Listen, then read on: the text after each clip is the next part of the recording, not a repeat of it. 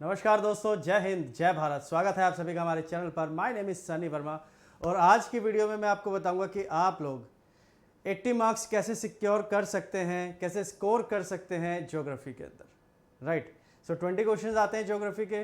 80 marks का ये पूरा एरिया है। आप maximum it means 80 out of 80 कैसे ला सकते हैं ज्योग्राफी में। ठीक है, तो यही आज का टॉपिक है कि how to score maximum in geography. इसी के साथ साथ आप लोगों के लिए एडिशनल न्यूज़ है कि ज्योग्राफी के न्यू नोट्स अवेलेबल हैं और कौन कौन से टॉपिक कवर करने हैं। राइट, सबसे पहले टॉपिक देख लेते हैं हम। वर्ल्ड ज्योग्राफी के कौन से टॉपिक आपने कवर करने हैं, इस टॉपिक्स को आपने वेटेज देनी है। ठीक है, इन टॉपिक्स को आपने वेटेज देनी है। सबसे पहले जो टॉपिक है वो आपका latitude and longitude. Latitude and longitude आप सभी को मालूम है कि एक तो आपका टेम्परेचर जोन, यहाँ से टेम्परेचर जोन है तो आपकी क्लाइमेटोलॉजी इसके अंदर कवर हो जाती है, आपकी वेजिटेशन इसमें कवर हो जाती है। स्टेपी ग्रासलैंड्स कहाँ पर है, सवाना ग्रासलैंड्स कहाँ पर है, पुश्ताज किस ग्रासलैंड्स को कहते हैं, ये सभी चीज़ें आपके लैटिट्यूड के पॉइंट ऑफ व्यू से ही खत्म होगी। और जो लॉन्गिट्यूड है इसके अंदर आपने टाइम डिवीजन करनी है। East to west time gain होगा, लूज होगा। इंटरनेशनल टाइम जोन भी इसके अंदर या इंटरनेशनल टाइम लाइन भी आपने इसमें कवर करनी है। ठीक है, कौन सी स्ट्रेट से वो गुजर रही है, कौन से दो कॉन्टिनेंट्स को सेपरेट कर रही है। ठीक है, कौन सी वाटर बॉडीज को वो पास थ्रू कर रही है। ठीक है, इसी के साथ साथ फिर हम एटमॉस्फेयर पे आएंगे। डायरेक्टली एटमॉस्फेयर पे आना है आपने।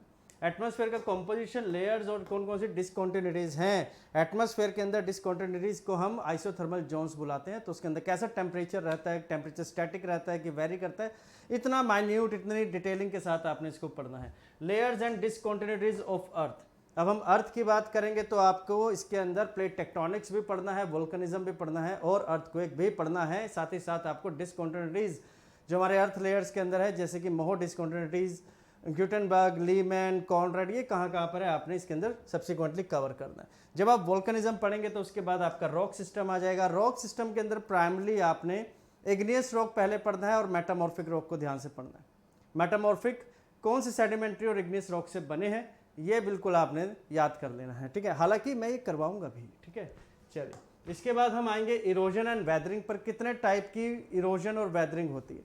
डिपोजिशनल इरोजन या डिपोजिशनल लैंडफॉर्म कौन से हैं, इरोजनल लैंडफॉर्म कौन से हैं, साथ ही साथ आपकी फिजिकल या मैकेनिकल वेदरिंग के अंदर क्या क्या टाइप होते हैं, केमिकल वेदरिंग में क्या टाइप होते हैं, बायोलॉजिकल वेदरिंग कैसे होती है। इसके बाद हम लैंडफॉर्म्स पर आएंगे। लैंडफॉर्म्स हमारे पास सबसे तीन है, फ्लूवियल, एओलियन और गैलेक्टिक।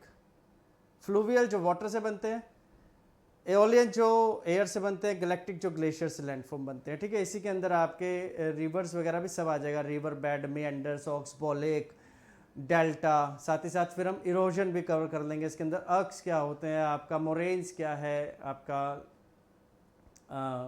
सी बेड किसको कहते हैं हम। ठीक है, स्टेयर्स कैसे बनती है सी की, सब कुछ इसमें कवर कर लेंगे। Name of local wind, ocean current and instrument. Instruments का मतलब है कि आपका हाइग्रोमीटर क्या होता है, हाइग्रोमीटर। इसी के साथ साथ आपका अनेमोमीटर क्या होता है, साथ ही साथ बैरोमीटर क्या होता है। ये सारे इंस्ट्रूमेंट आपने देखने हैं और किस फिनोमिना के साथ कनेक्टेड है।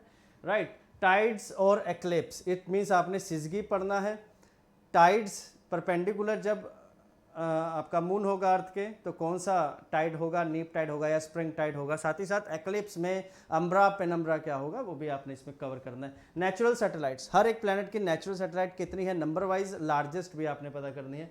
Stars evolution, protostar, brown dwarf, red giant, super giant, neutron star, supernova, ये सभी चीज़ें आपने इसमें कवर कर लेनी है। साथ ही साथ एज ऑफ सन, अभी जो प्रेजेंट जो सन है वो किस स्टेज में है, मैं बता दूं आपको। येलो ड्वार्फ है तो ये आपने देखना है येलो ड्वार्फ के बाद क्या स्टेज होगी और कितना अभी मास है, करंट मास कितना है सन में। ठीक है जी, डन। इसी के साथ इंडियन ज्योग्राफी करेंगे। इंडियन ज्योग्राफी के अंदर कुछ टॉपिक्स हैं, इंडियन ज्योग्राफी के अंदर कुछ टॉपिक्स हैं जैसे कि फिजियोग्राफी ऑफ इंडिया। अब फिजियोग्राफी के अंदर आपका माउंटेन्स आ गया, प्लेन्स आ गया, आपका सेंट्रल हाईलैंड्स हो गया, आपका डेक्कन प्लेटू हो गया, आपके आइलैंड्स हो गए और आपका कोस्टल अलुवियल प्लेन्स जो है, ये सभी कुछ फिजियोग्राफी में कवर करना है। इसी के अंदर ढेर सारे नाम आएंगे, ढेर सारे माइन्यूट डिटेल्स फिजियोग्राफी में मिल जाएगा। ठीक है, फिर आपको ड्रेनेज सिस्टम करना है। ड्रेनेज सिस्टम के अंदर आपको पेरिनियल नॉन पेरिनियल रिवर करनी है, कौन सी रिवर पर कौन से डैम बना हुआ है, कितने स्टेट्स को वो कवर कर रहा है, डिस्प्यूटेड या वाटर को लेकर के, वाटर डिस्प्यूट्स किस स्टेट्स में है, जैसे कि पेरियार रिवर को लेकर के है, आपका सिरिस आइलम को लेकर के है, ये सभी चीज़ें हमने डिटेल के साथ करनी, करंट के साथ जोड़ना है हमने इसको, ठीक है। साथ ही साथ ब्रिज कौन सा बना है अभी रिसेंटली किसी रिवर के ऊपर, वो भी हमें देखना है। और कौन कौन से बायोस्फीयर रिजर्व्स, जैसे कि मानस हो गया, काजीरंगा हो गया, biosphere reserve and national park कौन सी रिवर को के साथ कंसर्न करते हैं, ठीक है जी। साथ ही साथ आपने फिर मानसून करना है। मानसून जो है एक वास्ट फिनोमिना है। रेनफॉल, एग्रीकल्चर दोनों इंटर रिलेटेड है। आपके रिवर्स पेरिनियल नॉन पेरिनियल ये सब इंटरकनेक्टेड है।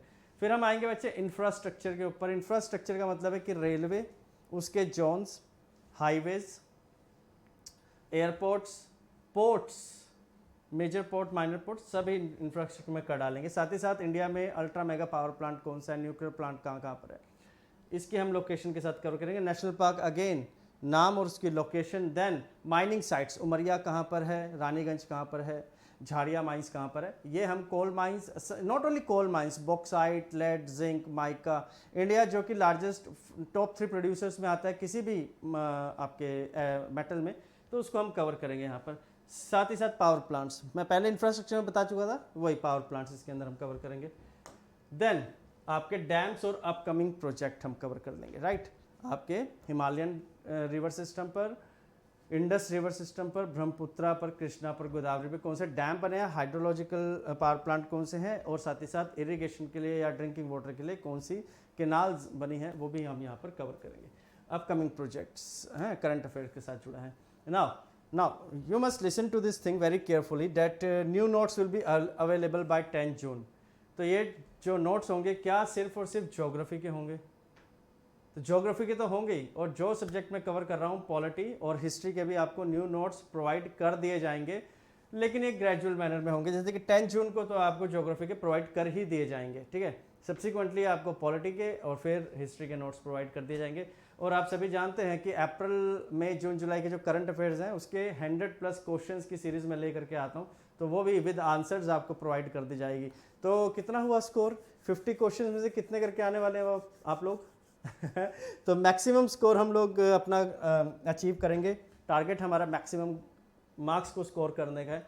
साथ ही साथ बच्चों आपको MCQs भी प्रोवाइड कर दी जाएगी, और MCQs लास्ट मंथ में सारी थ्योरीज कवर करने के बाद 1 अप्रैल से MCQs प्रोवाइड की जाएगी। आप सभी जानते हैं कि सनी वर्मा कंसोलिडेशन के नाम से मेरी सीरीज़ आती हैं और काफ़ी सक्सेसफुल रही है अभी तक, तो ठीक है।